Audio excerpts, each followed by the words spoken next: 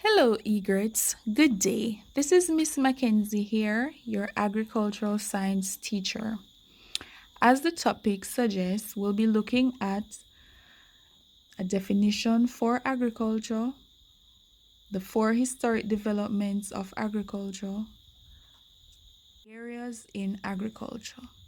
Now, I know that some of you are familiar with the term agriculture, and you may know that it entails farming and crops.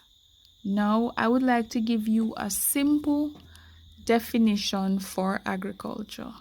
Now, agriculture can be defined as a business of growing crops and rearing animals through the application of scientific principles and facts acquired over a period of time. It is also the science or practice of farming, including cultivation of the soil for growing crops and the rearing of livestock, which is animals, to provide food, wool, and other products. Now, we'd like to look at the historic development of agriculture. There are four stages through which agriculture was developed. They are hunters, gatherers, nomadic herdsman, the beginning of farming, and settled agriculture. Now, hunters, gatherers, as the name suggests, hunters, early mankind did not practice agriculture. Instead, they hunt wild animals and gathered wild berries, roots, fruits that were wildly grown for their survival. This is why they have been given the name hunters gatherers. So that is very simple. They would go out, hunt wild animals. So sometimes they would leave their homes for days out hunting. And they would take back these animals and use it as food to provide for their families. So that's how they survived. They had to hunt for everything that they need. Nomadic herdsmen. These are people who follow wandering herds. They are called nomads. They move from one area to the next in search of food for themselves and their families, of course, animals, and shelter. They would domesticate or tame animals so they can stay close or near to people and do not be nervous. Also, the beginning of farming. Now, the beginning of farming, early people begin a primitive way of farming. They use old and non-traditional ways of farming and care for crops and animals. They practiced shift cultivation. They cleared lands and areas by the use of fire. So they slash and burn. So they would have like an acre or two and they would just, light it and it would stay there and burn. They would, they would be around to control the fire and all of that. So that's how they would prepare their land, get rid of all the old debris and the grass and all of those stuff. This land would be farmed until it becomes infertile. So they would use that same plot of land for years upon years. And sometimes the same crop, which is not highly recommended. So if you have a lot of land or even one plot of land, it is recommended that you plant different crops. Change your crops each season. Change them. Do not plant one specific crop on a specific plot of land. No, that is not good. After a few years, they would relocate to another piece of land. This tends to destroy the natural forests, which is the habitat, and causes the land to be unproductive. So when you do that, after a while, you would realize that your production has fallen. So if you used to reap a lot from that plot of land. Oh, after a while, the production becomes smaller and smaller and smaller, and you do not want that. So what you need to do is change your crops, and if you have more than one piece of land, you give that particular piece of land some time to become fertile again, and you use another piece and you change your crops and all of those stuff. Yes. The fourth one is settled agriculture. A more settled form of agriculture became the normal pattern where people stayed in one place, farming the land and raising their animals. Because they have stayed in one place, they could build and accumulate possessions. It was this settled way of life that made the beginning of civilization possible. Now, for settled agriculture, this is where, persons, for example, they found a piece of land in St. Anne, let us say, and they decided, okay, we're going to stay here, we're going to farm, we're going to raise our animals, we're going to have our family here, we're going to acquire everything that we need in St. Anne in this parish on this particular piece of land.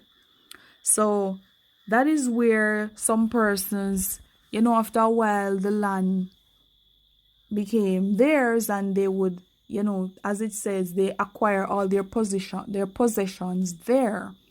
So after a while, they would have become, big farmers, persons going to them to buy, to sell to the market and all of those stuff, because they're in one place. So persons know where to find these type of farmers if they need something.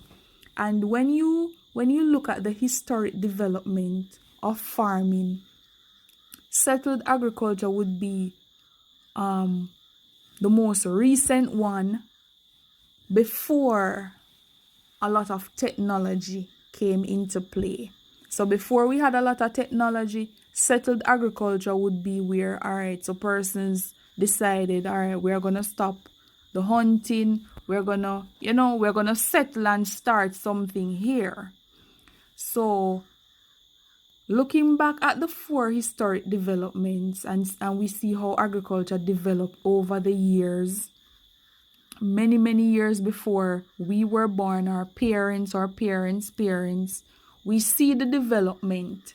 And back then, agriculture was much harder, because if you have to walk 10 miles, you have to go into the hills, you have to learn skills to hunt these animals, to tame them, to do all of those stuff. It was much harder then, but now we have a lot of technology, and it is much easier now, even though it's still hard for some persons, because not everyone can afford to, hire tractors and all of those machines to come plow your land and plant the crops and everything. No. So some persons still have to do it manually, while some have machines. Also, we have technology has increased so much that some persons, and if it is a case where you can afford it, you have something that is called a drone, and you fly your drone, and you can view your property, you can see everything. You have other technologies where you can stay at home and you can maybe press a button and you water your plants, you apply fertilizers, stuff like those, which is very, very good. And if you want to go to your farm, that's up to you when you have those type of technology. And that is the age that we're moving in. And over time, we will see that type of technology in our schools, and we will have first-hand experience with it. Now, some importances of agriculture. So the main aim of agriculture is to produce food for man and his animals. clothing, shelter, generate a profit. When we plant and we sell stuff and we make a profit, we gain employment. And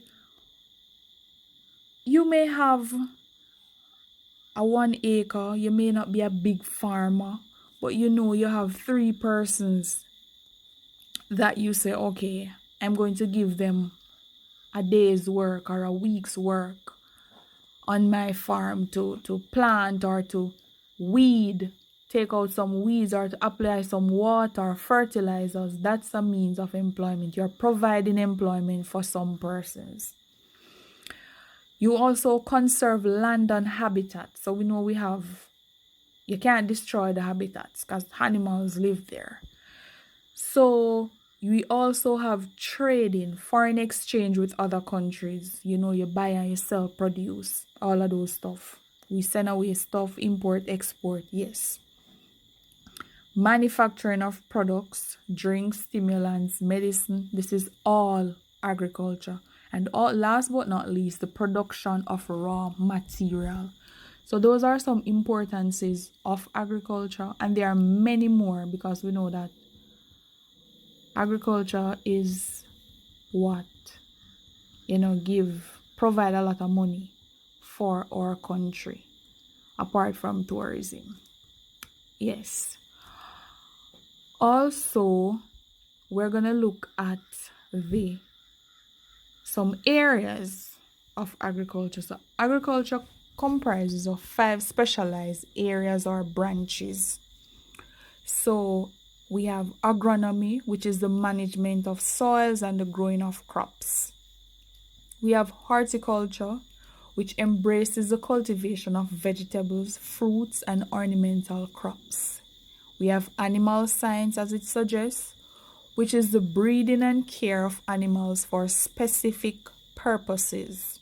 We have agricultural engineering, which involves the knowledge of farm machines and implements as well as farm structures. We also have agricultural economics, which deals with the business end of farming. Now, students, we have just looked at the historic development of agriculture, some areas of agriculture, definition, and the importance. Now, you will have 4 questions to answer, which will be placed on the LMS system, the learning management system, and based on what we just spoke about in this video, you are going to answer those questions to the best of your ability. Now, if you have any questions or something was not clear to you, please place those questions on the discussion board and I will respond to you. See you next week.